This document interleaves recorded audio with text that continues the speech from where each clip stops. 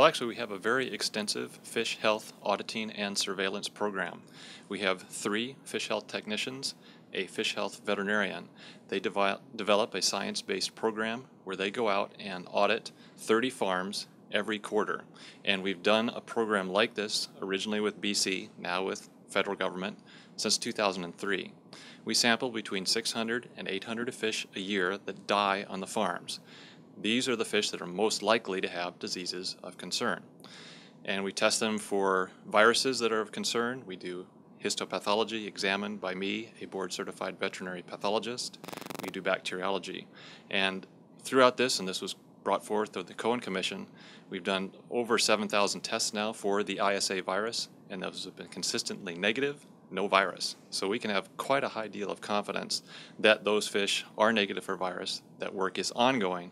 Compared with Alexandra Morton's studies that were reported, I think, 2 weeks ago, those were for fish that were sampled in March, and we didn't hear about them till July. These were fish in the supermarket and probably healthy and made it to the marketplace. Most of those fish would have been gone from the farm. The farm harvests their fish. 3-4 months later, there aren't any fish left on the farm. Yet, continuously, DFO is auditing those farms every quarter, so we know that if there was some ISA out there, we would be finding it.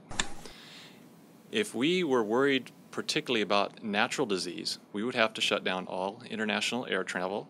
We'd have to shut down schools, daycares, and basically anywhere where people gather. Yet we don't do that. And why? Because of the power of medicine to overcome the slight risk we have of these interactions with people moving around. The same thing occurs with fish. Fish do have a possibility of transferring disease, but all of our Atlantic salmon farms have staff veterinarians for the companies. They have vaccines that they use.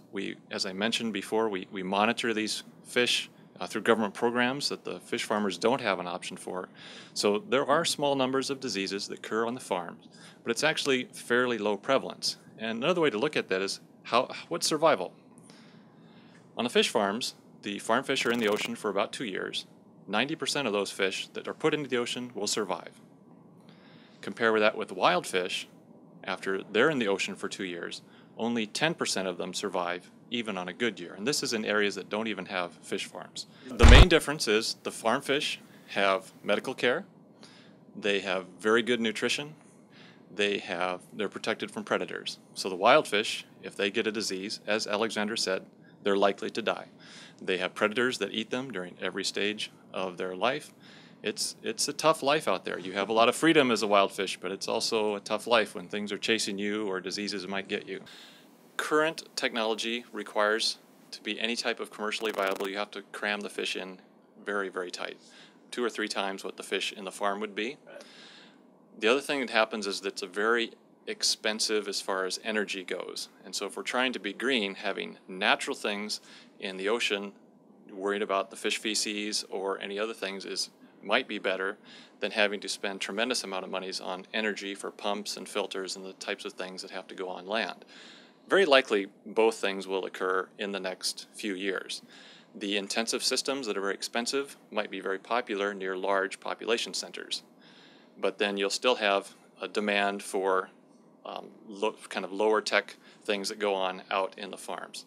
So there is a risk, and we have to realize that that risk is also there for all of our livestock and for us too. That we breathe air, the things that mammals on the land, their viruses and bacteria are designed to transfer by air and by contact.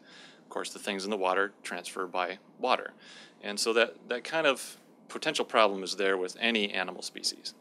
In December of 2007, she published in Science that sea lice from fish farms were going to cause pink salmon populations to go extinct within 4 salmon generations. That was in December 2007. Now back in the spring of 2007, she'd sampled fish from the same area. When she followed those populations to 2008, she couldn't find any effect of sea lice whatsoever. So one case you have overlapping, where we have one case you have extinction predicted, and then the other case you have no effect. Now when I looked at these data and actually had data from fish farms that she did not have, we couldn't find any effect of sea lice on the population over the period of a decade. And that was probably the most serious concern we have right now is sea lice. The other things, nobody has shown that say, viruses or bacteria are really a concern for the wild fish. So I would say her concerns are probably greater than what I would say from a medical professional's standpoint. We do see in about 55 of the fish, I saw things that could be, they were nonspecific, they could be a result of the ISA virus. But our tests go further. In addition to the pathology that I do, which is looking under the microscope at the tissues, we also do a very highly sensitive and specific PCR test for this virus, and all results were negative. Again, no virus. Alexandra went a step further also. She sent my records to the OIE reference lab, Dr. Fred Kamigi at the University of Prince Edward Island. And he wrote back to her that he basically agreed with me. Where there is a PCR test and those results are negative, then you can rule out the ISA virus. So in this case, Dr. Morton is not taking my advice. She's not taking the advice of her veterinarian. That's something I don't recommend. I think that people who are not veterinarians, like Alexandra Morton, should find a veterinarian that they trust, and they should take that veterinarian's advice.